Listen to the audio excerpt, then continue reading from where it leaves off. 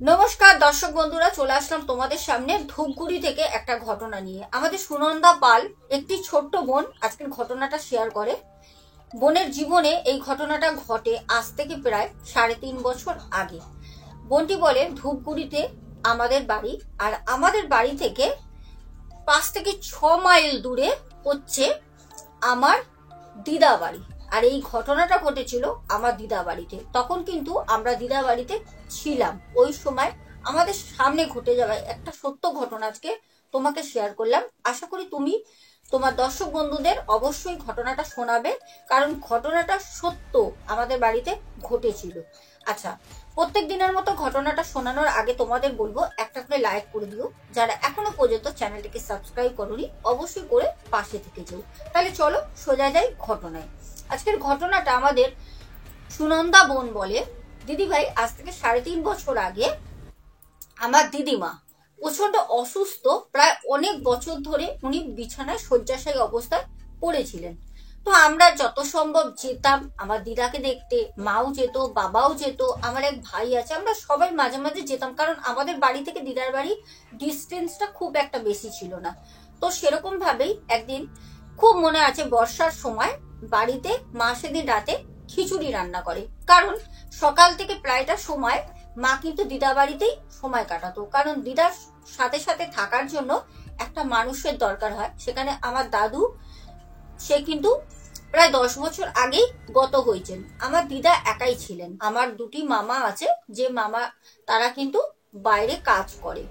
তো সেখানে আমার দিদা যেহেতু একাই বাড়িতে থাকতো, দুটো কাজের লোক রাখা ছিল, তারাই আমার দিদাকে দেখাশোনা করতো। যার জন্য আমার মা প্রায় দিদা যখন থেকে বিছানায় শয্যাশায়ী হয়ে পড়েন, আমার মা প্রায় সকালটা কোনো রকমে বাড়ির কাজ অর্ধেক করে চলে যেত, আর অর্ধেক কাজটা আমি কমপ্লিট করে নিতাম। তো সেখানে গিয়ে সেই দিনও কিন্তু সকাল থেকে দিদা বাড়িতেই মা থাকে। তারপর মা সন্ধেবেলা বাড়ি ফেরে, কারণ বাবা যেহেতু সন্ধেবেলা অফিস থেকে বাড়ি ফিরতেন, তো মা তখন বাড়ি চলে আসতেন। মা এসে সেদিনকে প্রচন্ড বৃষ্টি পড়ছে আর বর্ষাকাল ছিল। তো মা বলল এত রাত হচ্ছে, বাবাকে ফোন করছিল, বাবা ফোনটা রিসিভ করছিল না। তো মা বলল কি করব, ঘরে সেরকম কিছু আনা নেই, তো একটু গরম গরম খিচুড়ি আর বেগুন ভাজা করে নি। আস্তে আস্তে দিন যাচ্ছিল, দিদিমার সময়টার সাথে সাথে দিদিমার শরীরেরও মানে অনেক অবনতি হচ্ছিল। তো সেখানে গিয়ে আমার মা খুব চিন্তা করতো, আর এটা স্বাভাবিক হবেই না বা কেন। সেখানে গিয়ে মা সেদিন রাতে, খুব মনে আছে, আজ থেকে 3.5 বছর আগে মা খিচুড়ি আর বেগুন ভাজা করে আমাদের সাথে কথা বলছে, ভাইয়ের সাথে আর আমার সাথে। এই দিদিমার শরীরের বিষয়ে কিছু বলছে, যে মা মনে হচ্ছে আর সুস্থ হবে না, মায়ের শরীরটা খুবই খারাপ, দিনে দিনে কিছু উন্নতি হচ্ছে না, অবনতি হচ্ছে, খুব চিন্তা হয় রে। মা বাবা যার থাকে না তার দুনিয়ায় কিছুই নেই, যদি আমার মাটার কিছু হয়ে যায়, বাবা তো চলেই গেছে 10 বছর আগে। হঠাৎ এই সময় একটা মায়ের ফোনে ফোন আসে। মা ফোনটা যখন ধরে, তখন ওপার থেকে বলে যে আমার যে দিদিমা উনি মারা গেছেন, দিদিমা আর নেই। তখন মার সাথে সাথে কান্নাকাটি শুরু করে। তখন আমরা জানি না, কিন্তু মায়ের কান্নাকাটি দেখে বুঝতেই পারি যে হয়তো দিদিমারই কিছু হয়েছে, কারণ দিদিমাকে দেখার জন্য দুটো মহিলা থাকতেন, একজন বাড়ির কাজ করতেন আর একজন দিদিমার কাছে সবসময় থাকতেন, একটু ওষুধ খাবি দেওয়া, জল দেওয়া, টাইমলি খাবার দেওয়া, এর জন্য। সেরকম ভাবে মা কাঁদতে কাঁদতে বলল একটা কাজ কর, তোরা খিচুড়িটা খেয়ে নে, নিরামিষ খিচুড়ি, এখনো পর্যন্ত দিদিমাকে তো নিয়ে যাওয়া হয়নি গঙ্গার ঘাটে, খিচুড়িটা তোরা তাড়াতাড়ি খেয়ে নে, আর আমি চলে যাচ্ছি। তো আমি তখন বললাম যে মা তুমি একা যাবে কেন, থাক, তুমি আমার সাথে চলো, কারণ মায়ের অবস্থাও তখন ঠিক নেই, কারণ মা অনেক কান্নাকাটি করছে, আর এদিকে বাবাও আসেনি, বেশ রাত হচ্ছে, তখন আনুমানিক 8টা বেজে গেছে।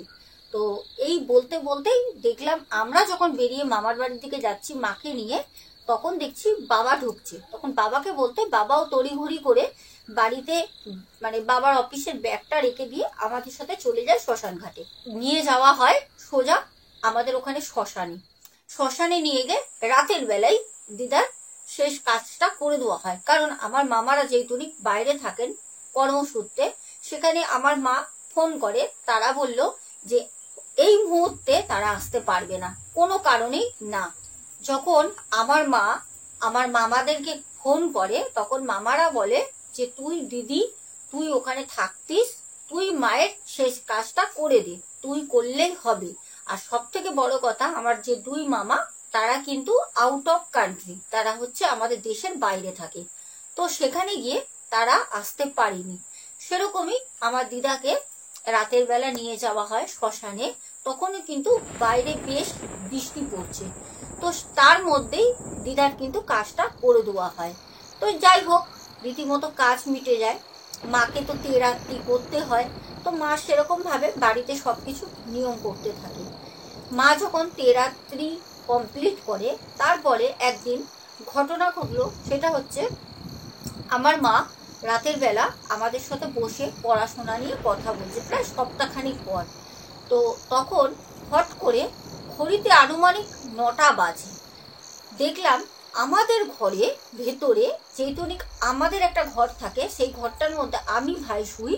একটা মা বাবার ঘর রয়েছে, আর একটা ঘর থাকে, সেই ঘরে টিভি রয়েছে, দুটো সোফা পাতা রয়েছে। ঠিক ওখানে দেখলাম যখন মা আমাদের সাথে বসে কথা বলছে, আমার বাবা তখন কিন্তু অফিস থেকে বাড়ি আসেননি। এরকম সময় বুঝতে পারলাম হট করে যে আমাদের যে ডাইনিং রুমটা আছে, ঠিক ওখানে টিভি রাখা আছে। টিভিটা হট করে অন হয়ে যায়, টিভিটা চলছে।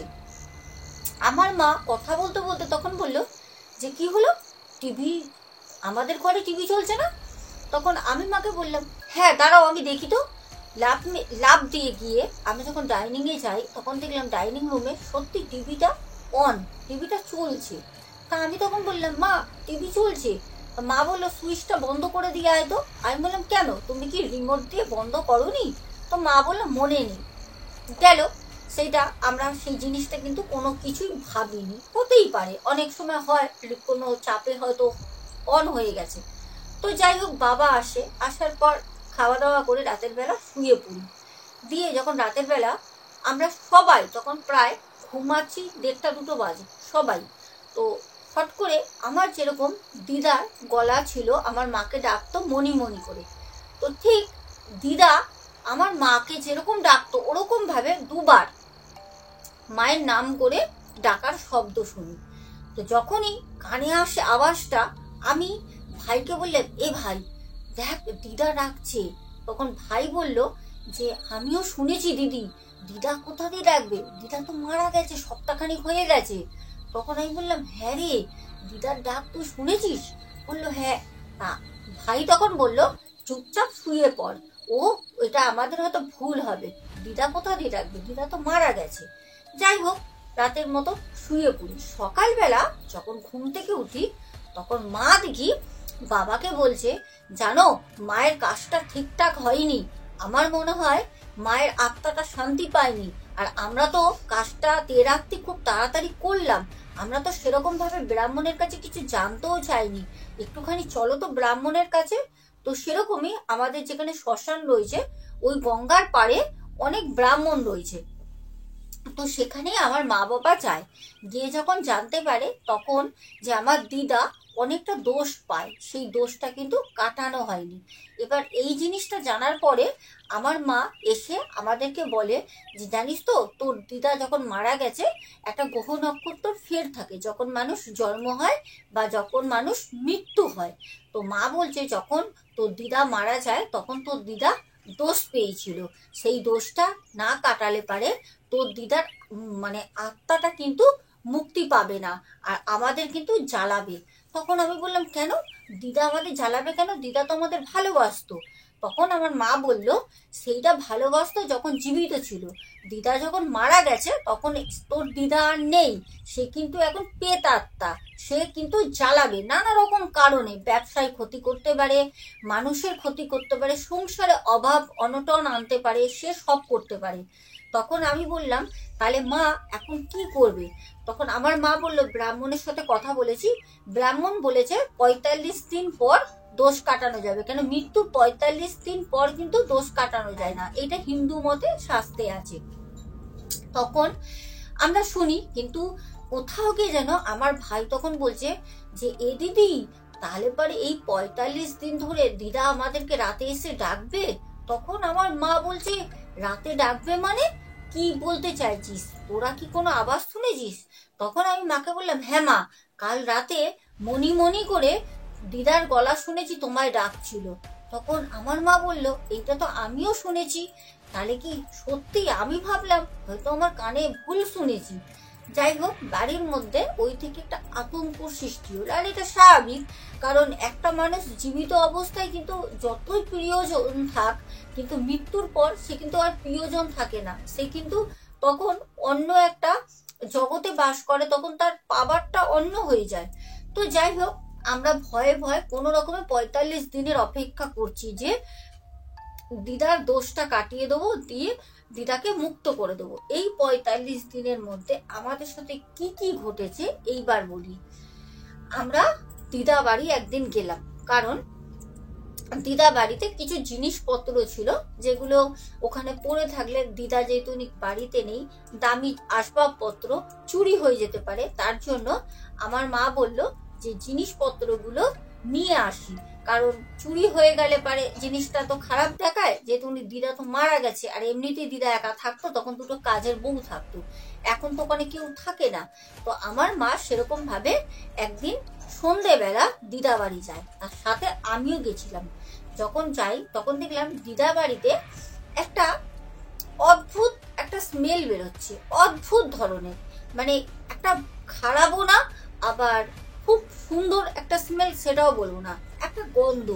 তো মা তখন বলল যে মনে হয় বাড়িতে কোনো খাবার দাবার ছিল কোথাও, যেটা সবজি টবজি থাকলে পচে যায়, তো মনে হয় একটু তুই দেখ তো। তো আমি সব ঘরে খুঁজে দেখলাম, না কোনো সবজি টবজি নেই, কারণ যে কাজের দুটো বউ ছিল আমার দিদা মারা যাওয়ার পর তারা পরিষ্কার করে দেয়, তাদের বলেছিল আমার মা, কিন্তু সেরকম ভাবে কিছু পাইনি। কিন্তু ঘরের মধ্যে একটা কিরকম, মানে কিরকম বলবো, একটা বিচ্ছিরি বলা যায় না, ভালোও বলা যায় না, একটা দুর্গন্ধ বেরোচ্ছে। তো আমার মা তখন বলল যে ঠিক আছে, জিনিসগুলো তো দেখে গেলাম, তো পাশের বাড়িতে মা চাবিটা রেখে আসে, রেখে বলল, দিদি আপনারা একটুখানি দেখবেন, আজকে রাতটুকুনি চাবিটা রাখলাম, কারণ সকালবেলা দুটো ভ্যানওয়ালাকে পাঠাবো, চাবিটা ওদের দিয়ে দেবেন, ওরাই ওদের মতো করে বিশ্বাস্য অনেক জিনিসগুলো নিয়ে যাবে, আমার বলা আছে। তো সে বলল ঠিক আছে বলে আমার মা আমি বাড়ি চলে আসি। বাড়িতে ঢুকতে ঢুকতেই দেখলাম খাটের ওপরে অদ্ভুত একটা জিনিস, সেটা হচ্ছে আমার দিদার একটা শাড়ি খাটের ওপরে রাখা, ঠিক ভাঁজ করে পরিপাটি করে একটা শাড়ি রাখা। তো মা চমকে ওঠে, মা বললো কি হলো, এই শাড়িটা তোর দিদার শাড়ি, তোর দিদা এই শাড়িটা যখন সুস্থ ছিল, আমার দিদা যখন পুজো দিতে যেত বা কোনো জায়গায় ঠাকুরের স্থানে ঘুরতে যেত, ওই শাড়িটা পরে পরে যেত। ওই শাড়িটা, মা বললো এই শাড়িটা খাটের উপর আসলো কি করে, কারণ এই শাড়িটা তো আমার মায়ের আলমারিতে ছিল, আর এই শাড়ি তো আমার মায়ের আমি কোনো সময় আনিনি, এই শাড়িটা খাটে এলো কি করে। এবার আমাদের ভয়টা কিন্তু আরো বেশি বেড়ে গেল। সত্যি তো, শাড়িটা যদি আমার মা না নিয়ে আসে, তাহলে শাড়িটা খাটের উপরে আসলো কি করে। যাই হোক, তখন মা বলল, যেহেতু আমরা ভয় পাচ্ছি, মা বলছে হ্যাঁ তোরা ভয় পাস না, হয়তো কোনো সময় মায়ের কাছ থেকে আমি এনেছিলাম পরে পুজো টুজো দেবো বলে, যাকে আমি আলমারিতে তুলে রাখি। মা কিন্তু আমাদের সামনে শাড়িটা পরতে ভয় পাচ্ছে, কিন্তু মা আমাদেরকে মানে বোঝাচ্ছে যে ভয় পাস না, শাড়িটা আমি কোনো সময় এনেছিলাম। তো যাই হোক, মা দেখলাম খুব তাড়াতাড়ি কোনো রকমের শাড়িটা ভয়ে ভয়ে ধরে মা আলমারিতে না রেখে রান্নাঘরে একটা মিট কেস রয়েছে, মা দেখলাম ওই মিট কেসের মধ্যে যে জামা কাপড় অনেকদিন ধরে পরি না সেগুলো মিট কেসে থাকে, মা দেখলাম ওখানে নিয়ে গিয়ে রেখে দিল। আমি কিন্তু সবই দাঁড়িয়ে দাঁড়িয়ে দেখছি, মায়ের মুখে চোখে ভয় আতঙ্ক, সাথে আমরা সবই বুঝতে পারতাম, কিন্তু একে অপরকে কখনো শেয়ার করতাম না। সেরকম ভাবেই আমি মাকে বলতাম না, মাও আমাদের বলতো না। এইবার ঘটলো রাতের বেলা। শোনো, রাতের বেলা আনুমানিক আমরা সবাই ঘুমাচ্ছি, মানে পুরো ঘুমিয়ে পড়েছি। ঠিক মানে বাসন পড়লে যেরকম শব্দ হয়, স্টিলের বাসন পড়লে না দেখবে একটা ভারী উঁচু জায়গা দিয়ে একটা ভারী বাসন পড়ার পর অনেকক্ষণ সেই আওয়াজের একটা রেস থাকে, সেই বাসনটা যতক্ষণ না স্থিরভাবে মাটির মধ্যে বসছে ততক্ষণ কিন্তু বাসনের আওয়াজটা একটা শব্দ টানে। তো সেরকমই অনেকক্ষণ ধরে না বাসনটা পড়ে, একটা বাসন পড়লে মিনিমাম কতক্ষণ না শব্দ হবে? একটা বাসন পড়লে হ্যাঁ সেকেন্ড লাগবে কি 30 সেকেন্ডের মধ্যে আওয়াজটা বন্ধ হয়ে যাবে, সবকিছু সাধারণ হয়ে যাবে। কিন্তু একটা বাসন পড়ার পর যেরকম শব্দ অনেকক্ষণ ধরে শব্দটা কানের মধ্যে আসছে, মানে যতক্ষণ না ঘুমটা ভাঙছে। যখন চোখটা খুলি তখন দেখলাম আমাদের যে ঘর, যেখানে ভাই আমি শুয়ে থাকি, সেই ঘরের মধ্যে দিয়ে ঠিক আমার দিদিমাই, মানে দিদিমা তো জীবিত নেই, তার মৃত আত্মা পরিষ্কার দেখলাম আমার দিদিমা ঠিক মনে হলো আমাদের সামনে দাঁড়িয়ে ছিল খাটে, ওখান থেকে বেরিয়ে চলে গেল সোজা মাদের ঘরের দিকে। পরিষ্কার দেখলাম আমার দিদিমাকে, তবে ঘরের যেটুকুনি লাইটের মধ্যে অস্পষ্ট বুঝতে পারছি আমার দিদিমা, এইটুকুনি আমি পুরো কনফার্ম। তখন আমি ভাইকে ডাকি, এ ভাই ভাই ওঠ। তো ভাইও মানে আমারই মতো খুব, ওর ঘুমও খুব পাতলা। ভাই তখন চোখ খুলে বলছে, কি হয়েছে রে দিদি?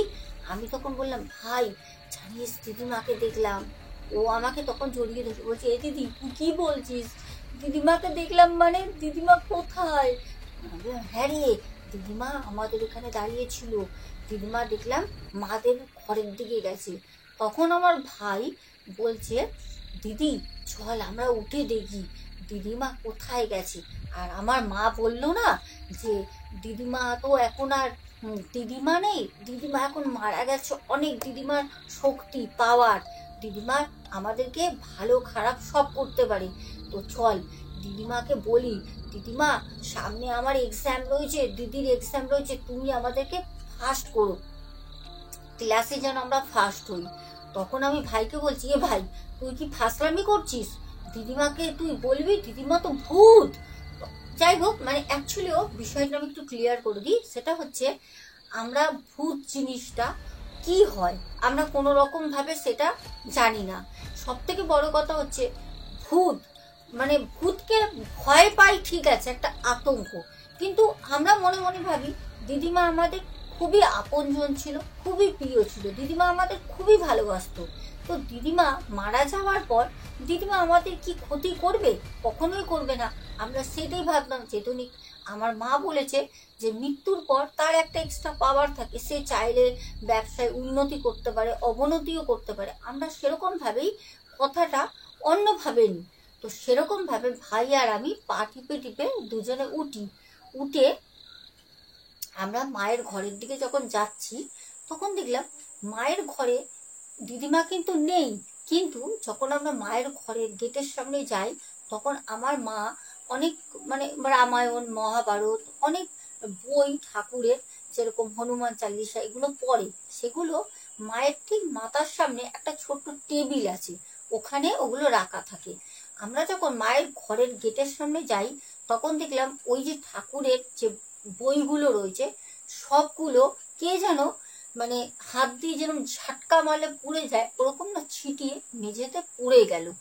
আর প্রচন্ড ভয় পাই, ও মা গো করে দৌড়িয়ে আমরা আমাদের রুমে এসে দুজনে মুখ চেপে খাটের মধ্যে শুয়ে পড়ি। তখন আমার মা উঠে বলছে, এই কে রে কে রে কে রে, বিড়াল ঢুকেছে নাকি, বিড়াল ঢুকেছে, এই ওঠো তো। মা দেখি চিৎকার করছে, আমরা শুয়ে শুয়ে শুনছি, কিন্তু আমরা তো জানি বিড়াল ঢুকিনি। তো মাকে তো মানে কিছু বলবো সেই সাহসটা নেই। তারপর মা দেখলাম উঠে এই ঘর ওই ঘর সব লাইট অন করে করে দেখলো যে বিড়াল ঠিলাল ঢুকেছে কিনা। তো মা বললো রান্নাঘরে গিয়ে দেখি দুধ আছে। একা একা মা রাতের বেলা বলছে, কিন্তু আমরা তো জানি বিষয়টা। তো যাই হোক শুয়ে পড়ে মা। সকালবেলা মাকে বললাম যে মা রাতের বেলা তুমি যে বলছিলে না বিড়াল ঢুকেছে, তখন মা বললো তোরা জেগেছিলিস? আমি বললাম হ্যাঁ, জানো দিদিমাকে দেখেছি। যাই হোক এরকম করতে করতে প্রায় দিদিমার মৃত্যুর একটা মাস কোনো রকমে প্রত্যেক দিন একটা ভয় আতঙ্ক এরকম করে করে কাটে। যখন আরো 15 দিন হাতে বাকি, সেই দোষ পাওয়ার দিনটা আসার অপেক্ষায় আমরা রয়েছি।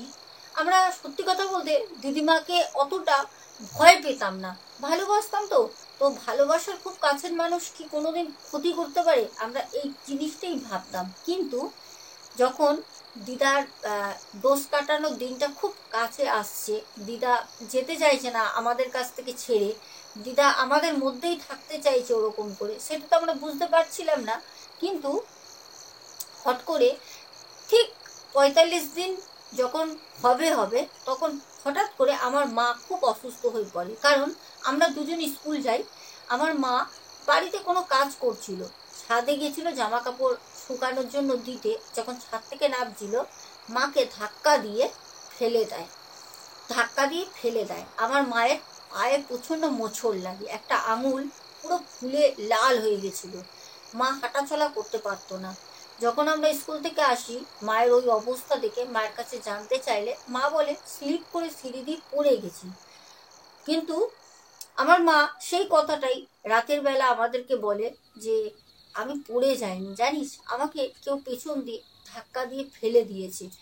এত বছর ধরে আমি এই ঘরে কাজ করছি আর আমাকে পেছন দিয়ে কেউ এত জোরে সপাটে পিঠের মধ্যে মারে, আমি তাল সামলাতে না পেরে বালতি নিয়ে সিঁড়ি দিয়ে পড়ে যাই। ৮টা ৯টা সিঁড়ি থেকে মা গড়িয়ে গড়িয়ে নিচে পড়ে, মায়ের প্রচণ্ড লাগে, বালতিও ভেঙে যায়, মায়ের হাতের এইগুলো পুরো ছুলে যায়। তখন আমার বাবা আমার মাকে বলল, দেখো তোমার মা, এখন তো তোমার মা নেই, তুমি একটা কাজ করো, আজকে আমি সকালবেলা মানে আগামীকাল সকালবেলা একজন ব্রাহ্মণকে আনবো, তুমি সেই ব্রাহ্মণের সাথে ঘরটায় দেখাও যে আমাদের ঘরে কোনো দোষ আছে নাকি, তুমি দেখিয়ে একটা কিছু করো। তখন মা বলল ঠিক আছে। তো আমার বাবা এক ব্রাহ্মণকে নিয়ে আসেন, ব্রাহ্মণ বললেন আপনার মা আপনাদের সাথে এই ঘরে আছে, আপনার মা চলে এসছে, কারণ উনি তো মৃত্যু দোষ পেয়েছেন। আর আপনারা যখন শ্মশান ঘাটে নিয়ে গেছেন তখন আপনাদের একটা মোচা যে খাওয়ার কলার মোচা হয়, বললো আপনাদের একটা মোচা দিয়ে শ্মশানে নিয়ে যাওয়া দরকার ছিল, আপনারা তড়িঘড়ি করে কিছু না দেখে শুনে মারা গেছে, আপনারা নিয়ে গিয়ে সৎ কাজ করে এসছেন। সৎ কাজ করার আগেও কিন্তু দেখতে হয় সেই মানুষটা দোষ পেয়েছে কিনা, বা অনেক কিছু বিবেচনা করে তাকে ঘাটে নিয়ে যেতে হয়। আপনারা নিয়ে গিয়ে রাতের বেলায় তার দেহ পুড়িয়ে চলে এসছেন, আপনারা জানেন না সে ভালো মতো দোষ পেয়েছে।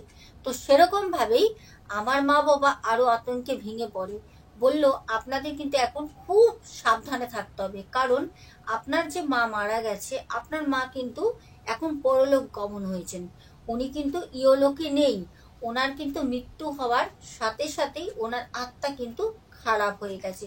হতে পারে আপনার বাড়িতে আপনার ছেলে, আপনার মেয়ে, আপনার স্বামী অথবা আপনাকে ক্ষতি করতে পারে। আর আপনি যে কালকে পড়ে গেছেন, আপনাকে আপনার মাই ধাক্কা দিয়ে ফেলে দিয়েছে, কারণ আপনার মাও আপনাকে মৃত্যুর আগে ভালোবাসতো, কিন্তু মৃত্যুর পর যেহেতু সে দোষ পেয়েছে আর তার আত্মা এখন চেষ্টা করছে তার সাথে কাউকে সঙ্গী করার। তবে আপনারা এই কয়দিন ৪৫ দিন হতে তখন প্রায় ৩-৪ দিন বাকি, তখন ব্রাহ্মণ মশাই বললেন এই কদিন আপনারা খুব ভালোভাবে থাকবেন, নিজেদের উপর অনেক লক্ষ্য করবেন যে কোনো রকম ভুল দোষ আপনারা করছেন না তো।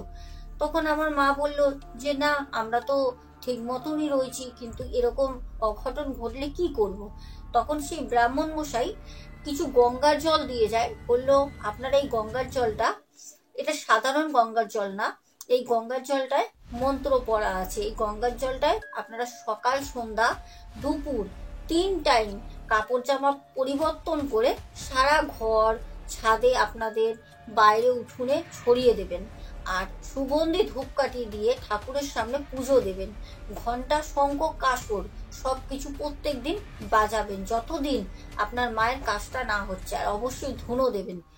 আমার মা সেগুলি করতো। কিন্তু রাতের বেলা যখন শুতাম প্রত্যেক দিন আমার দিদিমা এসে আমার মাকে ডাকতো, এমনি মনি, এমনি, আমাকে তাড়াবি বলে খুব ব্যস্ত, এত সহজে আমি যাব না।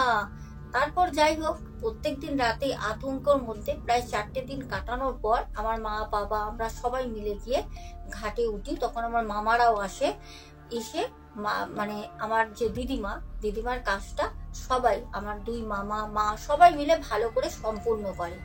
তারপরেও কিন্তু আমার যে দিদিমা তিনি কিন্তু আমাদের মধ্যেই ছিলেন, কোনো মতে উনি যাচ্ছিলেন না। অনেক ব্রাহ্মণ পুরোহিত ডেকে নিয়ে আসি বাড়িতে, আবার হোম করায়, যজ্ঞ করা হয়, পুজো করা হয়, মানে ওনাদের মতে, কেন 1 বছরের মধ্যে তো ওগুলো হয় না, ওইটা হচ্ছে আমার দিদিমার নামে অনেক কিছু করা হয়, কিন্তু কোনো মতে আমার দিদিমার আত্মা মুক্তি পাচ্ছিল না। তারপর একজন ব্রাহ্মণ তাকে হরিদ্বারে থেকে আনা হয়, হরিদ্বার থেকে সে আসে। সে তখন বলল যে তোরা একটা কাজ কর, আমি তোদের বাড়িতে কিছু কাজ করে দিয়ে যাচ্ছি ঘরের 4 কোণে। তোর মা তোদের ঘরের ভিতর ঢুকতে পারবে না, তবে তোদের কিন্তু সন্ধ্যের পর বাইরে সেরকম ভাবে একা কেউ ঘুরবি না, একা থাকবি না, আর যত তাড়াতাড়ি পারবি সবাই বাড়ির মধ্যে একসঙ্গে থাকবি। এই কাজটা 1টা বছর তোরা কষ্ট করে কর। 1 বছর পর গোয়ায় গিয়ে, বুদ্ধ গয়ায় গিয়ে তোরা পিণ্ড দান করে আসবি। তোর মা পিণ্ড চাইছে, তোর মায়ের আত্মা অতৃপ্ত হয়ে নালে ঘুরে বেড়াবে, তোর মায়ের আত্মা শান্তি পায়নি। তারপর 1টা বছর যখন কাটে তখন আমার দুই মামা, আমার মা সবাই মিলে গিয়ে আমার বড় মামা আমার দিদার নামে বুদ্ধ গয়ায় গিয়ে পিণ্ডদান করে। তারপর থেকে আমার দিদাকে আর কোনো দিন আমরা দেখতেও পারিনি, আর কোনোদিন আমার মাকে রাতে এসে ডাকতেও না, আর আমরা কোনো রকম আর ভয় পাইনি। তারপর দিদার বাড়ির জিনিসপত্র আজও আমাদের ঘরে রয়েছে, শাড়ি কাপড় জামা সোনা দানা সবই রয়েছে, কিন্তু আমার দিদাকে আমরা কোনো রকম ভাবে আর দেখতে পারিনি। এই ছিল আমাদের আজকে একটি সত্য ঘটনা, তোমাদেরকে শোনালাম। তোমাদের ঘটনাটা কেমন লাগলো অবশ্যই বলো। আর এই ঘটনাটা কিন্তু আমাদের সুনন্দা বোন যে পাঠিয়েছে, বোন কিন্তু বলেছে দিদিভাই এই ঘটনাটা আমার চোখের সামনে প্রতি কটা জিনিস ঘটে, একদম সত্য ঘটনা আজকে তোমাকে শেয়ার করলাম। তো এরকম আরো ঘটনা আছে আমার বাবার সাথে ঘটে যাবার, যদি তুমি ঘটনাটা শোনাও তাহলে, আর যদি তুমি বলো তাহলে আমি তোমাকে ওই ঘটনাগুলো আস্তে আস্তে শেয়ার করব।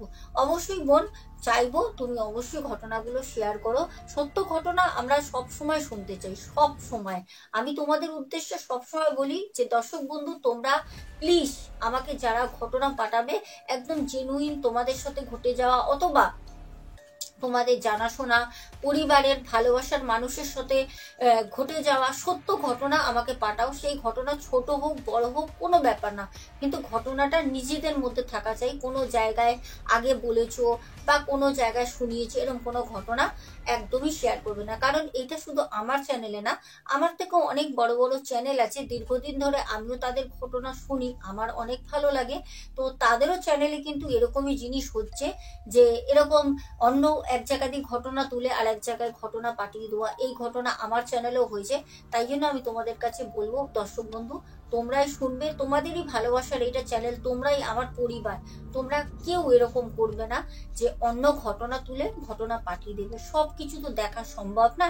যাই হোক আজকে আসবো, যেতে যেতে বলবো ঘটনা পাঠানোর ঠিকানা সোনাবসা 14 হচ্ছে আমার ইনস্টা আইডি, ওখানে তোমরা ডিএম অথবা ভয়েস মেসেজ করে পাঠিয়ে দাও বাংলা হিন্দি ইংলিশে। আর হ্যাঁ অবশ্যই কিন্তু প্রতি কটা ঘটনার ডেসক্রিপশন বক্সে কিন্তু আমার ইমেল আইডিটা পিন করা থাকে, চাইলে তোমরা আমাকে মেল করেও কিন্তু ঘটনা শেয়ার করতে পারো। আজকে আসবো, দেখা হবে কিন্তু আগামীকাল। সবাই খুব ভালো থেকো, সাবধান থেকো, নিজেদের উপর লক্ষ্য রেখো। আজকে আসবো, দেখা হবে আগামীকাল। আজকের মতো টাটা।